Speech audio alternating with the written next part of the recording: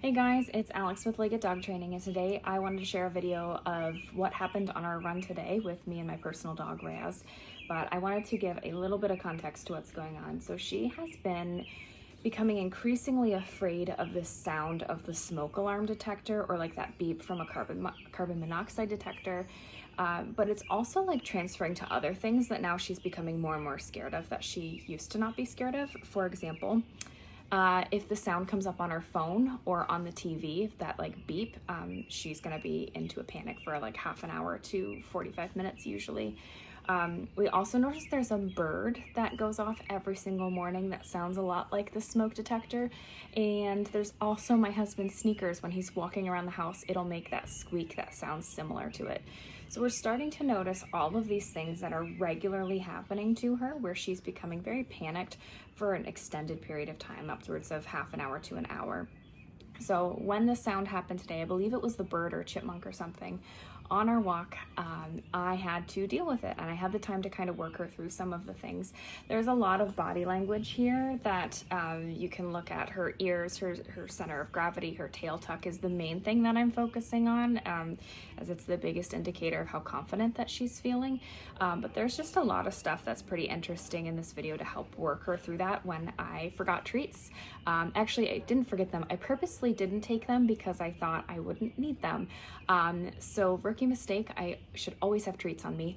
That being said, I don't think she would have taken them. I think she would have been a little bit too worried about what was going on in order to take treats, but I guess we will never know. So I just want to share what happened in this video, and please be kind, because we're really working through this, and we're at a point where this is happening so regularly, where she's kind of just going into this panic state so regularly that we just need to work her through it.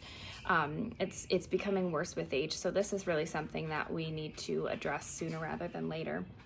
So hope you enjoy it, hope you learn something, and yeah, oh, one last thing. I was in the middle of a run, so most of this video I am out of breath when I am talking, and it's very I don't know, hopefully it's not too annoying for you and not too distracting from the content of the video, but enjoy, and let me know if you have any questions.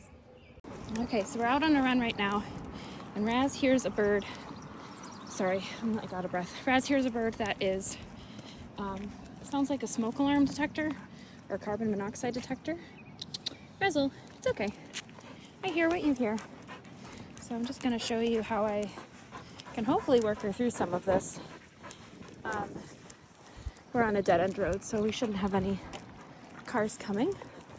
But I tried to run her through it, but the important part right now, I think, is not letting her leave when she's this nervous. Because here's the thing, nothing's wrong. Nothing's happening that's actually going to hurt her. There's a car coming out of this building, so we're just going to go over here. Come here, baby. Why don't you sit? Good girl. I'm going to bring this up right there. Now with her tail tucked and that center of gravity being so low and her just kind of freezing, she's like going in between panting and not panting. Like it's like a panic pant, and then it's like a I'm hot pant because we have been running. Good girl. And what I'm mainly trying to do is get her to bend and kind of manufacture some relaxation. Now, if we were actually in a place where we were being threatened, we would not stay and hang out and work through this. We would leave and then work through the anxiety. Here's the thing, that bird is not coming for us. It's not coming for us, Razz. So we're just gonna do some turns, get her back in pack drive. Good girl. I did not bring any treats with me because I didn't anticipate needing to use treats. I'm gonna pause this and switch to horizontal view. Okay, there we go.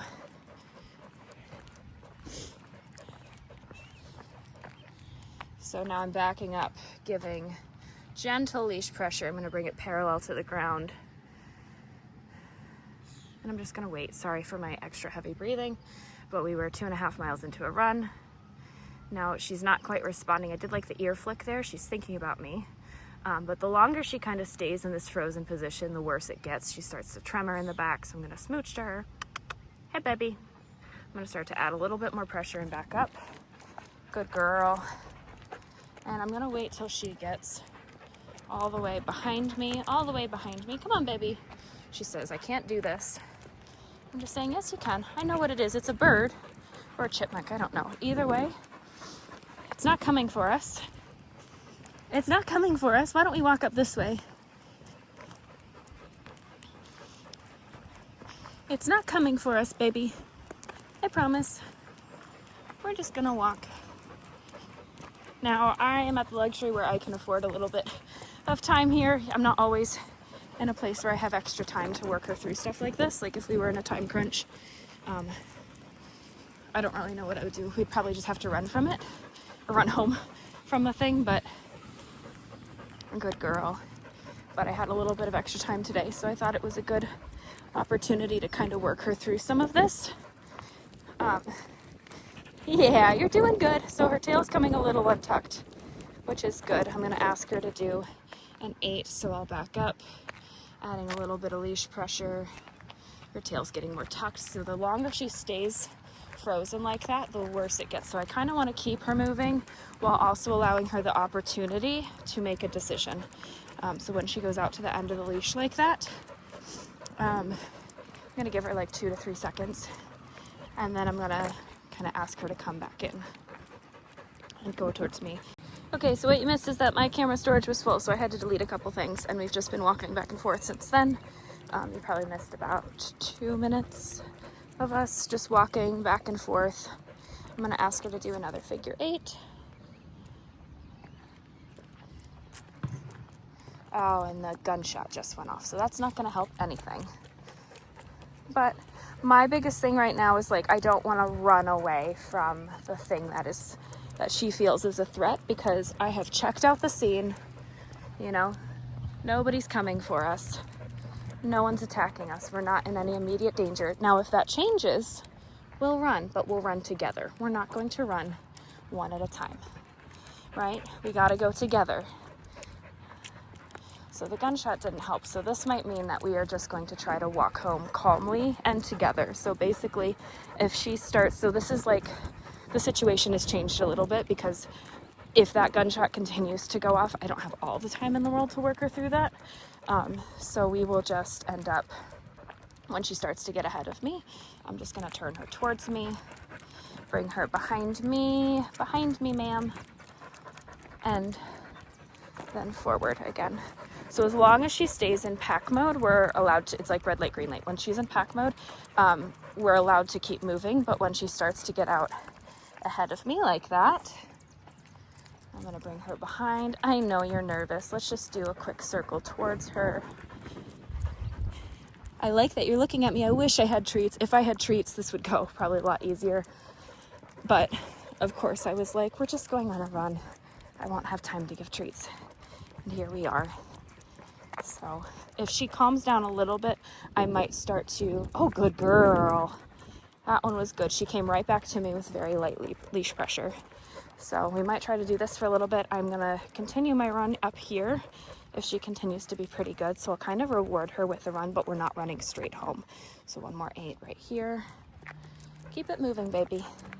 I like that she's becoming a little bit softer to me, so I'm not having to use as much leash pressure. But we are gonna go do a little run, and then I will come back with an update.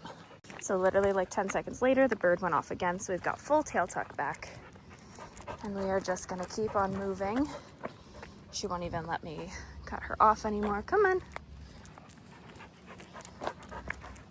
If I had all of the unlimited resources, good girl, I would call my husband and tell him to bring me treats. But unfortunately, he's working right now, and this is not something he needs to leave work for. So let's go. Not letting her hang out there for too long. I think I might fix the slip collar. It's down a little bit low. Hey, baby. You're okay. I know. We've got it tangled. We've got it tangled, baby. Heel. We're immediately back down. I know. We're not running home, though.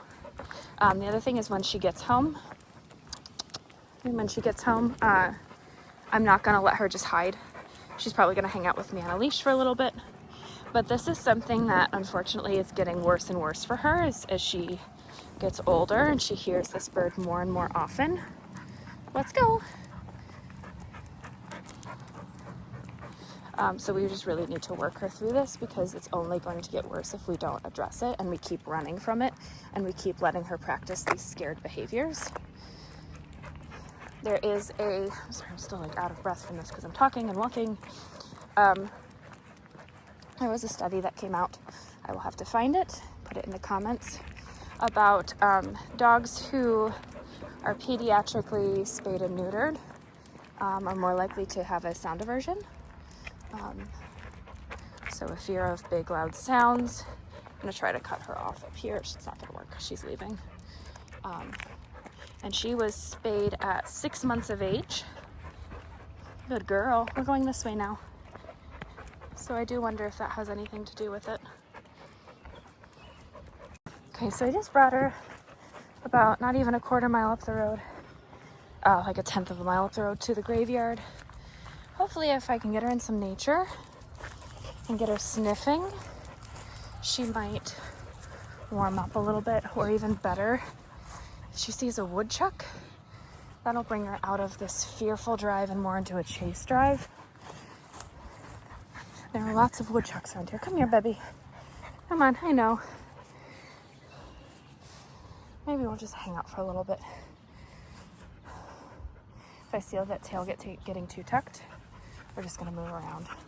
Oh, if you're gonna roll, that'd be great, baby. Go ahead and roll. Now she might be rolling because she's too hot. A lot of stuff happening here. I'm gonna do some rolling. A roll though, like a dog won't do that unless they're somewhat comfortable and calming down a bit. Now this pant is a little bit more relaxed. Her ears are still worried, but she's just a little bit more relaxed. And sometimes if you can get a dog out in nature and to get back into like feeling like a dog and like a little bit of chase drive or just something fun, they'll come out of that really fearful. So if you can get a dog back, hey baby, I feel like she looked at me and she saw me for like the first time in a little bit. So I'm just gonna bring her right up here along the edge, see if I can get her to do some sniffing. Oh, we love the shake. You gonna do some rolling? That's it. Very good, baby. So we'll just let her hang out here and kind of just reconnect with being a dog. The important thing though here, I think the moral of the story is we didn't run home just because we heard something that was scary. It's like, let's fix the problem. Let's address the problem. Then we will go home when we're not running from it. What do you think? Are you a little bit happier now? Your tail's coming just slightly untucked. It's still kind of tucked a little bit, but maybe we'll walk down here. Maybe if you're lucky, you'll see a stray cat. Yeah, baby. Come on, let's go for a walk. So we're just gonna walk up this path here. You coming along, baby?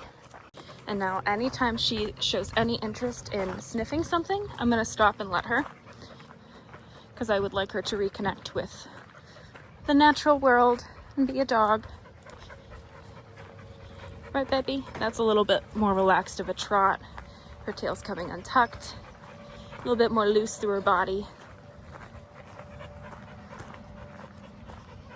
I know. Sometimes there's a kitty up here. You like to see the kitties. You like to see the kitties, don't you? All right, let's go back up. Wave hi to all the ghosts. Hey, everybody.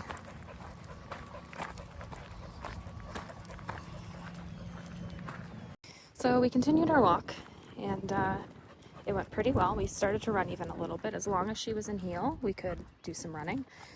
And then we had a big reaction because as we came around a corner, a German Shepherd nearly leaped off the porch at her, lunging and barking. So we are still working on our reactivity, and she had a decent sized reaction to that. I don't blame her. That dog looked vicious.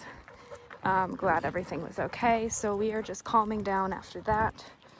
But sometimes if you can get them into a different drive, not advocating for having your dog be reactive at all, but if you can get them into a different drive, like looking at prey, like woodchucks or chipmunks or squirrels or rabbits, or if you have a reactive dog, even just seeing another dog will help bring them out of that headspace and back into a different one. Now this, to me, she looks a little stressed. Her ears are way back.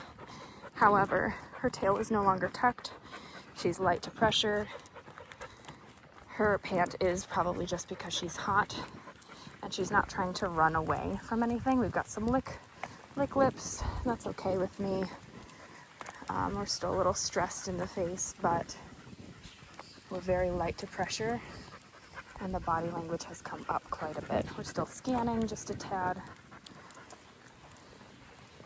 Overall, though, we are improved from where we were about a mile down the road. So good girl.